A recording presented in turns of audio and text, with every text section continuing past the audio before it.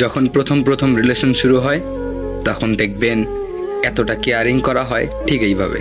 কোথায় যাচ্ছ, কি করছো, খেয়েছো কি খাওনি, না খেলে তো শরীর খারাপ করবে, খাওনি কেন, বেশি রাত জাগলে চেহারার ক্ষতি হবে, রাত জাগিও না, তাড়াতাড়ি ঘুমাও, এখনই কিন্তু লাইন থেকে বেরিয়ে যাবে। আর হ্যাঁ, আমি কিন্তু বারবার এসে চেক করবো তুমি লাইনে আসো কি না, তাড়াতাড়ি বেরিয়ে যাও লাইন থেকে। হ্যাঁ, আর সকালবেলা উঠে কিন্তু প্রথমেই আমাকে এসএমএস করবে, ওকে? সিগারেট খাওয়া যাবে না, বাইরে বেশি আড্ডা দেওয়া যাবে না কিন্তু। আমার কথা শুনবে তো, সারা জীবন কিন্তু এইভাবেই শুনতে হবে। আরও কত কি কিন্তু যখন একটু পুরাতন হয়ে গেল, যখন একটু আস্তে আস্তে মানে দিন বাড়তে লাগলো, যখন সময় বাড়তে লাগলো, তখন আর খুঁজই পাওয়া যায় না।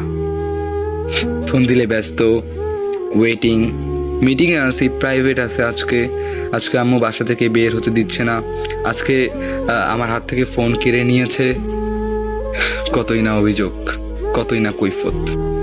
আসলে ভালোবাসারও না, যদি আপনাকে কেউ ভালোবাসবে তাহলে সে শুরুর দিকে যেমন থাকবে, যখন দিন বাড়তে লাগবে, যখন সময় বাড়তে লাগবে, তখন আরও আপনার প্রতি ভালোবাসাটা বেড়ে যাবে।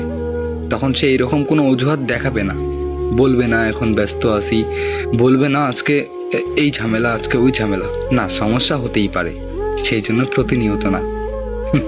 যখন দেখবেন এরকম আস্তে আস্তে গুরুত্ব কমে যাচ্ছে, তখন আপনি নিজে থেকেই ওখান থেকে সরে যান, এটা আপনার জন্য অনেক ভালো হবে। আর যদি আপনি নিজে থেকেই না সরে যান, তাহলে সেই মানুষটা আপনাকে নিজে থেকে সরিয়ে দিবে, ফলে আপনি কষ্ট পাবেন।